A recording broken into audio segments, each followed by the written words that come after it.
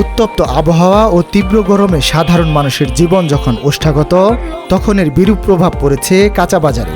একদিকে আয় কম, অন্যদিকে দ্রব্যমূল্যের ঊর্ধ্বগতিতে বেচাকেনা নেই বাজারগুলোতে।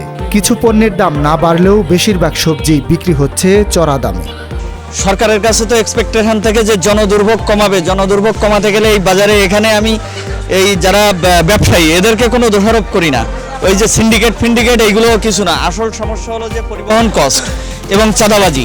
প্রতি কেজি মিষ্টি কুমড়া 50 টাকা, বরবটি 100 টাকা, বেগুন 100 থেকে 160 টাকা, মরিচ 180 থেকে 200 টাকা এবং পটল বিক্রি হচ্ছে 100 টাকা দরে। 150 টাকা ডজন ডিম আগের দামে বিক্রি হলেও মাছের বাজারের অবস্থা চোখ কপালে ওঠার মতো। প্রতি কেজি ইলিশের দাম হাঁকাচ্ছেন 2200 থেকে 2600 টাকা পর্যন্ত।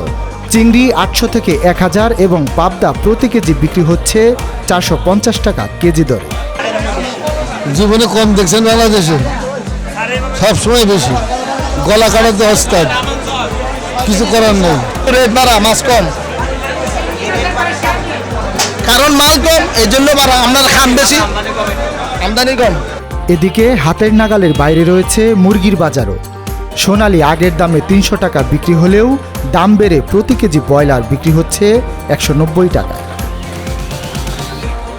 রাজধানীর বিভিন্ন কাঁচা বাজার ঘুরে যে বিষয়টি উঠে আসলো তা হচ্ছে, বিক্রেতারা বলছে দ্রব্যমূল্যের দাম স্থিতিশীল থাকলেও সেই তুলনায় বেচাকেনা অনেকাংশে কম।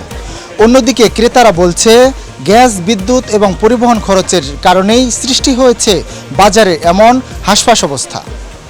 সূর্যয় কর্মকার, আয়না টেলিভিশন, ঢাকা।